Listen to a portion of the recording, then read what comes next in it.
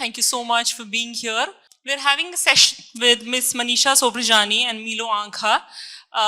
Both of them work in remote areas, both of them work with highly complicated identities, highly complicated histories, and that's what we are going to discuss today. Just giving a brief introduction about Manisha. Manisha is a journalist, she's a researcher, she's a published author, she's worked with in highly hostile environments across India with a special focus on female gender, on the issues of trauma and reconciliation.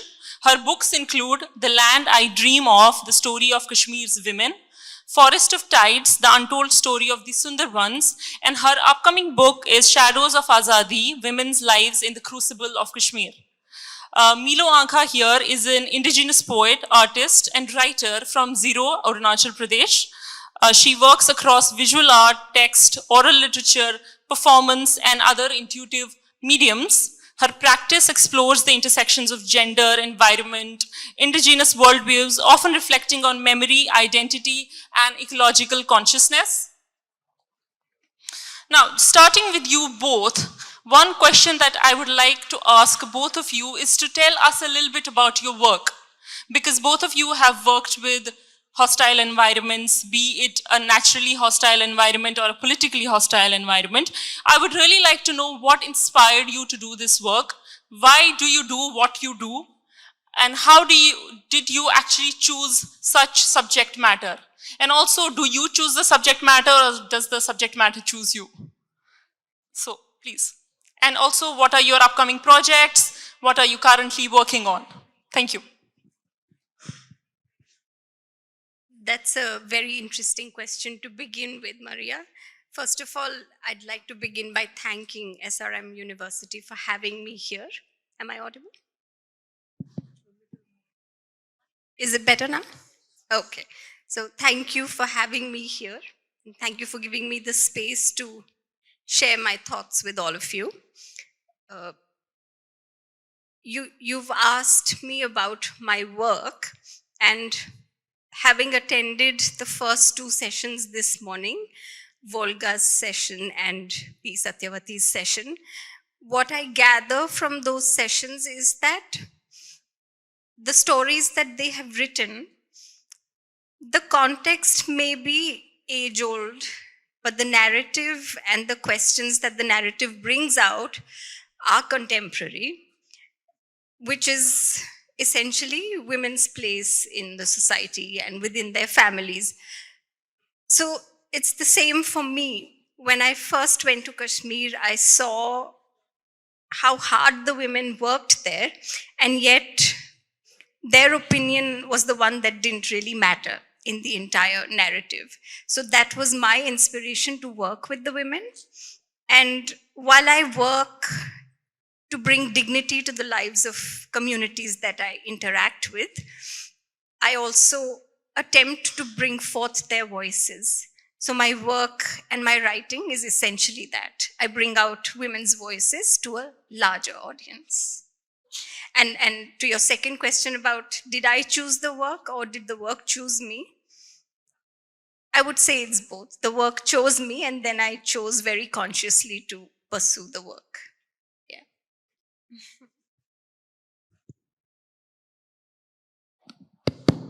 Hello, good afternoon to everyone. Thank you SRM for inviting me all the way from Arunachal Pradesh. And it's been a long journey, but I cannot complain. And thank you, Amlan. This question is, again, I think I'll have to go back from where it all started. I actually studied to be a dentist, and I practiced for 3 years. And the last year of my practice was in Arunachal Pradesh, which was a big life-changing move for me, because I used to walk to my clinic every day. And one of the observations was, when I used to come across the market areas, I used to come across so many people in the market.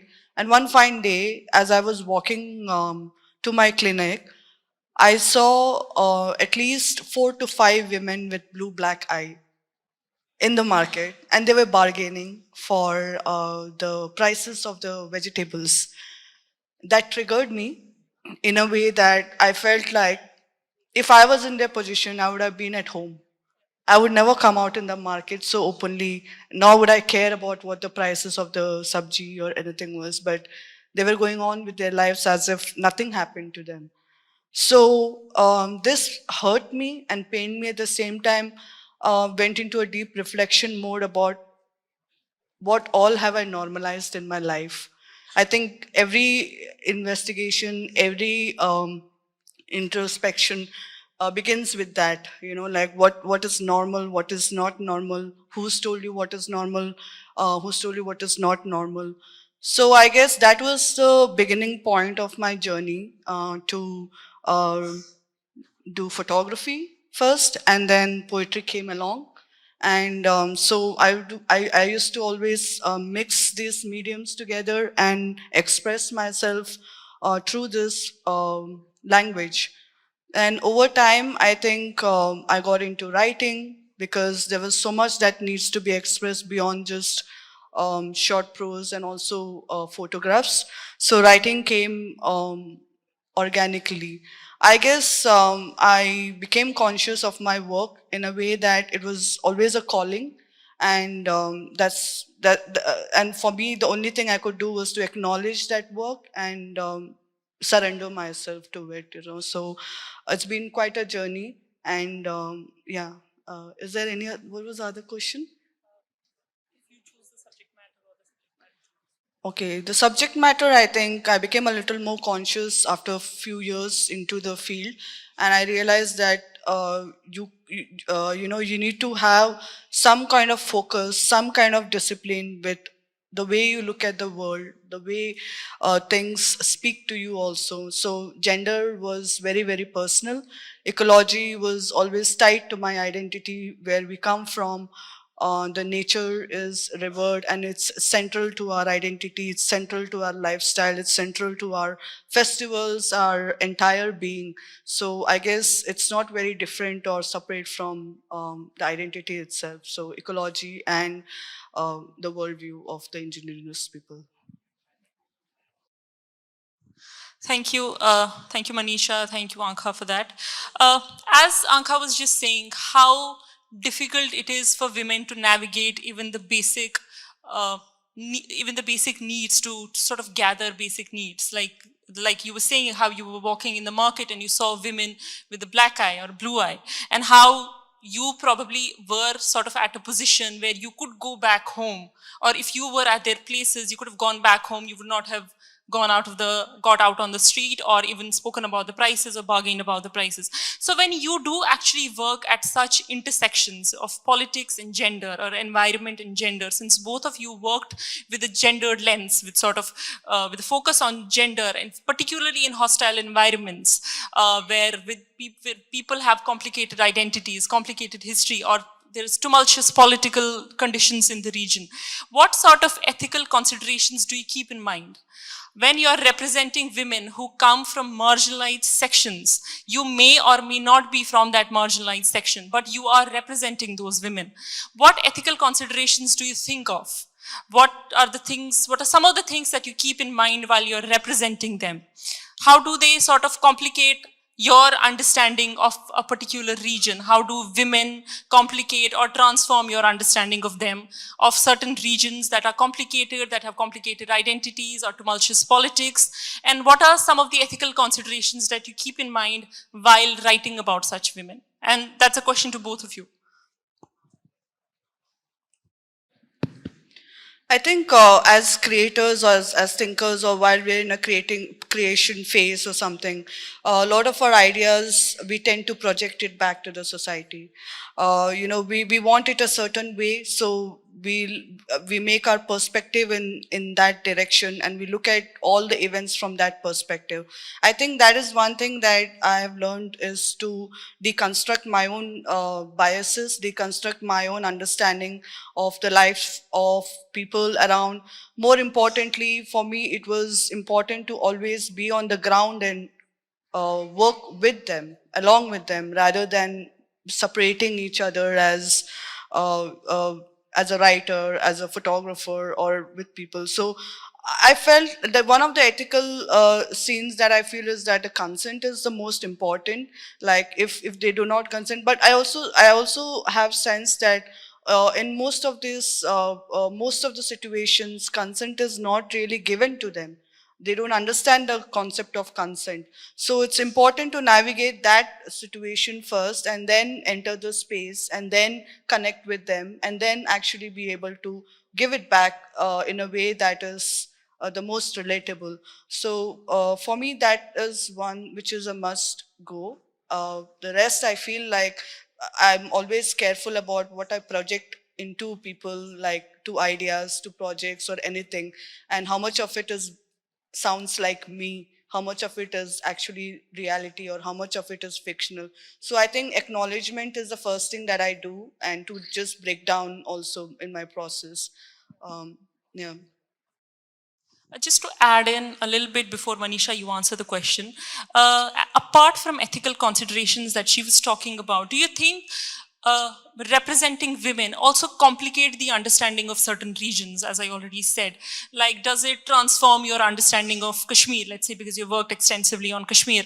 Does it transform it? Does it complicate it? Representing women from hilly areas, from remote areas, from politically complicated areas, and there could be two sides of the same story. And when you are narrating the women's story in particular, do you think it helps you change understanding of certain regions politically, socially, or it sort of is the same? And then also about the ethical considerations that I just asked, if you could add a certain thing to it. Sure. Allow me to share a little vignette from my first visit to Srinagar. I was doing a workshop with a group of women, and when we took a tea break, this middle-aged woman took me aside. She took my hand and she put my hand inside her farron, her shirt. She didn't have breasts. She said, the militants chopped them off. And I didn't know how to respond. I did not know how to react. I still don't know how I feel about it. That incident changed the meaning of the word dignity for me. So, to answer your question, yes, it is anyway representing an area like Kashmir is complicated. Representing the women of Kashmir through my work is doubly complicated. So, when I am writing about it, I am very mindful of how I portray them, how I may be able to present them in a way that does not rip them off their dignity, of how I experienced it. The other thing, and I often battle with this question myself, is as a researcher, I go out into the community and I take what I want. Am I able to give anything back? I don't know. I still don't know. I struggle with that question. So, yeah, I am mindful of it. These are the things I keep in mind when I write about a region like Kashmir. Actually, drawing on what you just said, how the meaning of dignity sort of changes for you when you enter a place like Kashmir, or for that matter, Arunachal, with complicated histories, complicated identities. Was there any movement in your careers that you felt you were talking to a certain person and they shared something so grotesquely disturbing that you probably thought that, why am I doing this at all? I probably should take a step back and not do this. Is it crossing that certain line of ethics? Is it crossing a certain boundary that I probably should look back and think if I should be doing this at all? Should such stories even be told out in public? Or is it my story to tell? That's a very important sort of question, because you are telling other people's stories who probably cannot tell it themselves. So is it your story to tell? This is a very interesting question. You know, like often when I go into people's home and etc. For photography or for writing or just hear them out and have an word to word, you know, face to face conversation, uh, I come across this idea, or I feel that a lot of them want to be heard and want to be seen. Most of them want to be heard and want to be seen. And when you make time for that activity, you just sit with them and like transfer these stories, transfer these ideas, transfer the experiences. Something is freed there. For me, that is the most magical moment. And when that thing is freed, the block is freed, you connect with them directly. So when that connection happens, these questions are no longer valid for me. At that point, I feel that transfer is so pure that they have trusted you, they have valued you with their experiences. And I think this is also coming from my experience as working as a dentist, working with communities across ages, across backgrounds, that I've learned to be a good listener. I've learned to, like, we were trained in a way to like hear them out first and then see what it is that we need to intervene or how we need to go forward with that. That practice has still been going on for me, but in another way. But the moment when after all of that conversation, and then I go ahead to write about it or take that photograph, that in a way also gives both the parties closure, I feel. So for me, that is the connection that is sort of driving to tell these stories that needs to be told. So So, first of all, it's a privilege to be able to sit across someone and hear their stories, which are deeply, deeply personal. And I have been very lucky to have found families and homes that have adopted me. So, for me, the question becomes slightly layered in the sense that if this were truly my blood family, would I share their stories? How would I feel about it?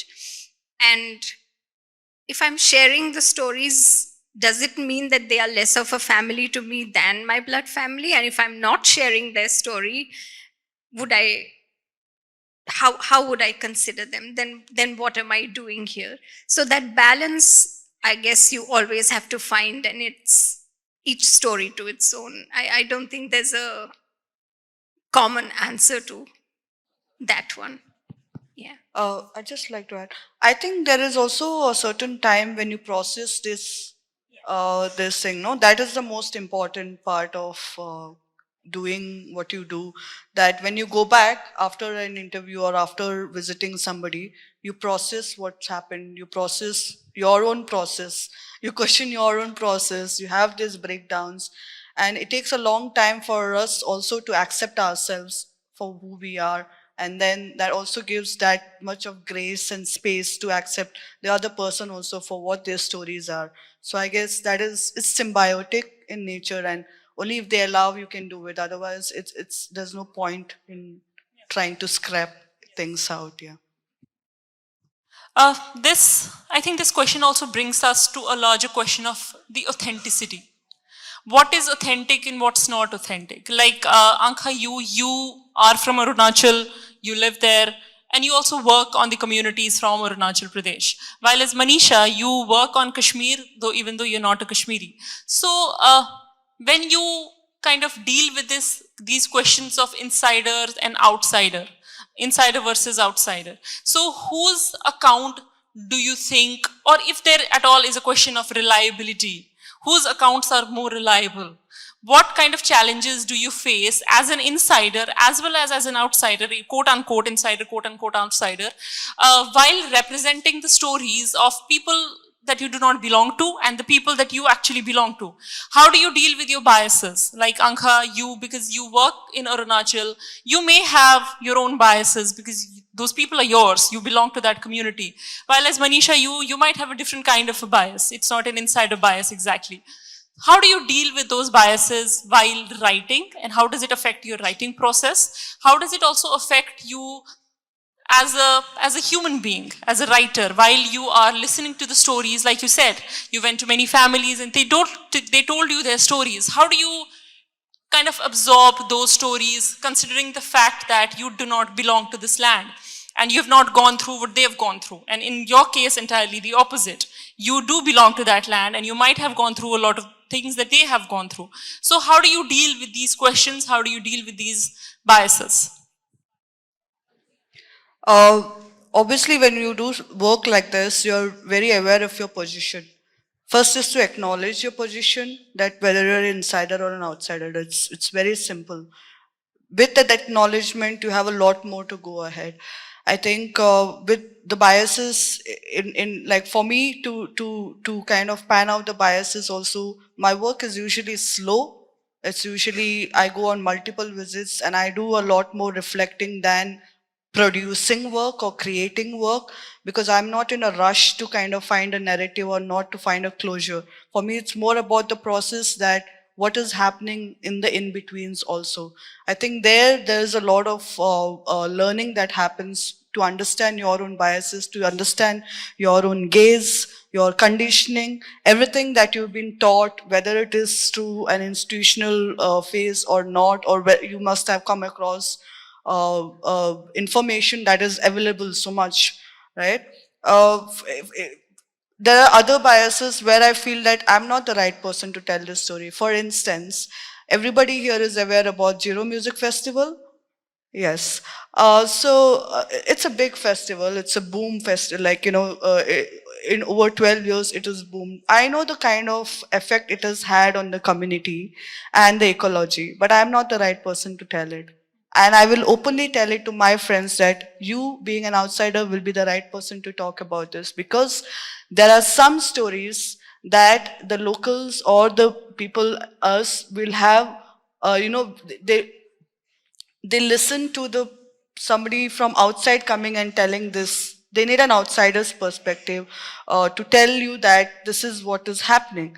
While the insider is also like struggling to tell the same story, you will be denied or you will be shot at in the first go only. Like they'll be like, you're from the community, so you don't say anything. When it's somebody else, there's always this validation also that comes with who the storyteller is and why do they tell the stories. So in case of this is just an example. Like there are so many other tales where I feel that I'm not the right person to tell, and I acknowledge that, and it's not my weakness, or it's not my I'm not like trying to be like I have to tell all the stories from the community. There are some points where I know that this is not my line to cross, because in the end, I also have to live with them, So there is a lot that will be at stake just for the sake of you going out and sensational stories to put out them, no? So To build on what you said, Anka, you said that we process, first of all, the stories in our own time. And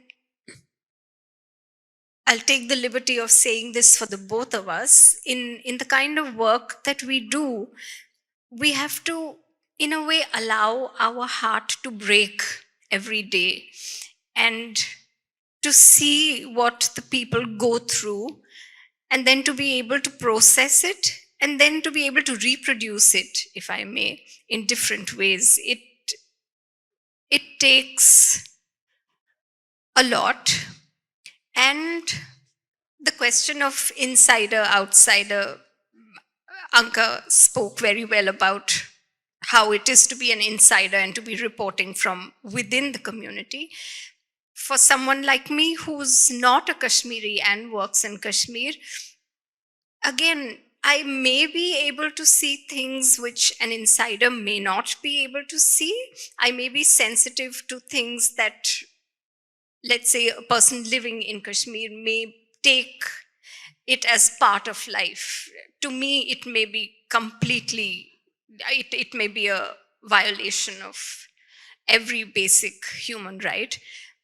And at the same time, I may or may not get the nuances of the life in Kashmir as a Kashmiri lives it. So it's both ways, I suppose. And at the end of it, whether an insider or an outsider, like I said, we have to let our hearts break. But if we do see our hearts mend even a little bit every day, every week, every month, I think that makes it all worthwhile. Yeah. So also like there's one example that I'll give about this whole insider outsider debate. In the community that I come from, Apatani community, we have facial tattoos. I don't know how many of you can also Google and do the Wikipedia now from Zero community. We have face tattoos and we have nose plugs. So that has been our identity, okay? And a lot of people initially now SRM has like a big scope for researchers in even in like near future also. Lately from Northeast, few researchers have been coming out and it's catching up. At least in Arunachal Pradesh, I think the last 10 years have been really fruitful for research and it's been coming out. What has it done is given voice back to the insiders. So there, what has happened is, for example, there's a narrative on the Wikipedia page that lot of us women were tattooed to make ourselves look ugly. You know, there was a whole debate on what beauty is, what is ugly, why did we tattoo ourselves in the face? Was it to make ourselves look ugly so that the neighboring tribes will not kidnap us? That was a narrative and that was an outsider's perspective and somebody put it on Wikipedia and for the longest time, even till today, lately also Vogue has published a story which was corrected by the community, even Outlook has published. All the big magazines, all the big publications have been re-repeating these tales over and over and over. It's done and dusted, but they have been bringing up this narrative over and over again. Now what's happening is on the ground, a lot of researchers are arguing this statement and they're saying that how can it be about ugly, like what is the actual meaning of this thing? And a lot of elders say that it's always been part of our identity. It was never about the beauty standards and somebody else projected their idea of beauty standards onto us. So now there's a lot of course correction happening in those narrative also. So sometimes like it can act both the ways. I feel like an outsider narrative can also be a catalyst, and while the insider narrative eventually has to come out, you know, like to assert their position and their own narrative. So, yes. Thank you. Thank you so much for actually clarifying a lot of things here, because this debate sort of comes up very frequently in literature, that who actually can tell your story? Who has the moral right to tell your story? Is it us, it's the people, or is it the people who actually look at us more objectively than we look at ourselves? But I suppose there was a little bit clarity here. Manisha, it kind of brings me to one of the very important questions of the session, which I think I spoke to you already about. You have, in your books, you've written about Kashmiriyat, quote unquote Kashmiriyat. First of all, I would really like to know what your definition of Kashmiriyat is.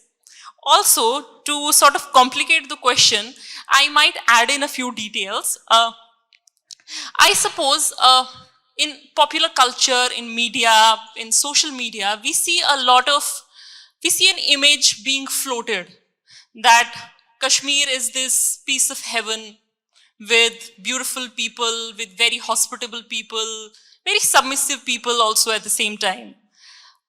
So popular media or popular culture puts Kashmir on a pedestal, puts Kashmiris on a pedestal as well. And then Kashmiris are also kicked out of that pedestal as soon and as quickly, as conveniently as possible, and as is convenient for the mainstream media or as is convenient for the popular culture. So my idea or my understanding of Kashmiriyat is exactly this, that how people of Kashmir are sort of put on and off throne as per the convenience of the popular culture or popular media. And if anything goes south, anything goes wrong, even the slightest thing, we see Kashmiri students being beaten up in campuses, we see a lot of political turmoil taking place, we see a lot of law and order issues. So how do all of these things complicate your idea of Kashmiriyat? Does it affect your idea at all? Or you completely understand Kashmiriyat from the experience that you've had living in Kashmir or you've had working with Kashmiris? So just to add in to that, and also I would really like to know, to sort of add into this whole debate, I would like to know, do you think over tourism in Kashmir, or tourism being a very exploitative industry in Kashmir, do you think that also affects your idea of Kashmiriyat, or it also affects your idea of the place, your idea of the people who actually live there? So this is a many layered question, and I'll try to answer it in bits and pieces. So to answer what Kashmiriyat means to me, Kashmir is a melting pot of communities, of different faiths, different ideas. But most importantly, to me, Kashmiriyat is a lot of love that I've received with the community, received from the communities that I've worked with, in the areas that I've worked with. And I was thinking, as you were speaking, I was thinking what it means to me. So I think I would define it in terms of how my experiences have changed in Kashmir over the past 18 odd years that I've been working there. And I've worked in almost all the districts of Jammu, Kashmir, and Ladakh. So when I first went to Kashmir, this was 2004. After, I think, 4:35 in the evening, it was not possible to step out of your hotel, and you had to keep your eyes lowered at all times, and you couldn't talk to anyone, and you just had to do your work and go back for various reasons. This was 2004.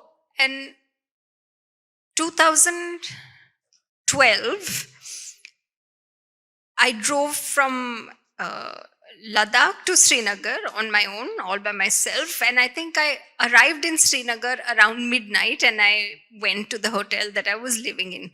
So to me, that was quite a drastic change. So 2004 was also Kashmiriyat. 2012 was also Kashmiriyat. And both the experiences were very, very different. Again, in the early 2000s, when I first started working there, one would hear the call to prayer, the azan, every few times a day, especially in the evening, the Maghrib Namaz. And again, 2010, I was living in a friend's home. I woke up to the sound of the Pandit singing the Aarti in the temple next to his house.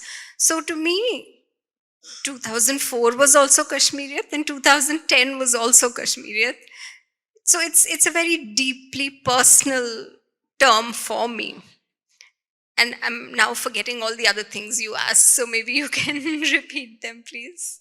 Like how popular media or popular culture puts Kashmir on a pedestal Oh, yes. based on Oh, their yes. convenience and based on the political circumstances, but we are also kicked off Yes. as conveniently, as quickly as it is. So does that affect your understanding of Kashmir and its people, or sort of the political idea of Kashmir it is as it is? Because Kashmir is a highly political place, and we cannot probably look at Kashmir and overlook its politics. Absolutely. So, like you said, the image of Kashmir is lovely apples, beautiful women, green valleys. All of that is there, but the way it's portrayed is not okay. And how it shows up is very strange to me. I was doing a workshop with a group of children from India and Pakistan at a school in Dehradun. And the children, when I asked them when I say the word Kashmir, what does it mean to you? Their responses were so different, and they were in a way so hostile. It was a group of children from schools from across the country. So children from Kashmir obviously said different things. Children from Delhi said different things. Children from Pakistan said entirely different things. So to me, that was an eye-opener as to what Kashmir means to the world outside of Kashmir, and how it is played into their minds, the image of Kashmir. And when you talked about people being labeled as overly, sorry, what did you say? Hospitable, yes. again, to me, that's very personal. I have been invited into homes of strangers who have become family, and likewise, they have become my family and they come into my home. So, yes, Kashmiris are very hospitable. It all depends on how they are portrayed and who is portraying them, right? The media and to a great extent, the research narratives also have changed over the years. So, does that answer your question? Thank you so much, Manisha. Thank you so much. I was really looking forward to that question, actually. Anka, coming back to you. Since you work with ecological questions, you work across indigenous communities, how do you think developmental discourse fits into this narrative? To explain what I mean by developmental discourse, how do you feel about these very ambitious government projects of making multiple lane highways, of making all these railway links to really remote places? Do you think that affects the, how do you think it affects the indigenous communities? How do you think it affects the ecology of the place, of very fragile places like Arunachal or other Himalayan belts that are already facing a lot of climate change issues, a lot of change in the weather patterns? Because you do work at the cross section of ecology and gender, so I might probably ask you this: how does it change the livelihoods of people? Does it change the livelihoods at all? And do you think tourism industry has a part to play in this overtly development of places that probably need to be left alone, that are too fragile to have multiple lane highways or railway links built into them? So this whole destruction of climate, this whole destruction of mountains that probably were meant to be left untouched. So do you think tourism and all these really ambitious projects sort of complicate your understanding of how ecology is getting destroyed? As I was making my way to Vijayawada, from the flight, you can see the fields, and so many of these fields are soon going to be lost to buildings. You know, it's the reality. This is what it is. No matter how much you want to romanticize the world and want its trees, you want to preserve the mountains, the lakes and waters, you see, over time, the people are going to take over. Their ambitions, their dreams are going to take over. In Arunachal, over the years, I have seen how the people used to complain of having no roads. Now they have roads, but those are bad roads. And now we are losing the mountains and the rivers and everything. Everything is compromised step by step, and nobody tells you what to do later because our elders never told us this is going to be it. We are the ones who went out of the state, saw the world, came back, and we're terrified to see this happening. And that has caused a huge, there is this word called solastalgia, which is coined by an Austrian or Australian scholar called Glenn Albrecht. And solastalgia is a nostalgia for home. Like there is a homesickness for a space that you once knew about, and that includes, for us, it includes the trees, it includes the mountains, the lakes, the ponds, everything. Soon it will be for Vijayawada also the fields that are around, lying around to be claimed by real estate agents and mafias, etc. I think over time the government projects have dented the community more than it should have united us in the name of development. And most of them, as we know today, with what is happening with the Siang Dam project, Dibang projects, all of these dam projects are coming in Arunachal. There are like 5 to 7 rivers, and all of them are being claimed for dams and developments. But the real question is, what has the community? What has it done to the community? There is in the ground, there is a lot of conversation happening around who is to be relocated where. The communities are going to be relocated. In near future, they're going to be in the upstream, they're going to be in downstream. All of these are terrifying to like even address them at this point also. So I think there is definitely loss of these cultural values. There is loss of this lifestyle values. It has definitely dented the communities, and even today, not many of us can be vocal about it. And even to be sitting here and telling this is also a big risk that I will be taking. But yeah, this is definitely happened. Tourism is a very smart move to kind of cover it up. So it's a blanket term for us that like tourism is coming. Okay, tourism is coming, which means they lure you with the opportunities and the money that comes along with tourism. But over time, I have seen what it has done. Like in a place like Zero, which was discovered for Zero Music Festival, initially it was only fields and fields and fields. And I remember like having to look at the fields without a sight of a building. You can look at the sight of the mountains directly. But now when you look at the fields and you look at the mountains, you have to bend your neck and like, just go see through the buildings to look at the mountains.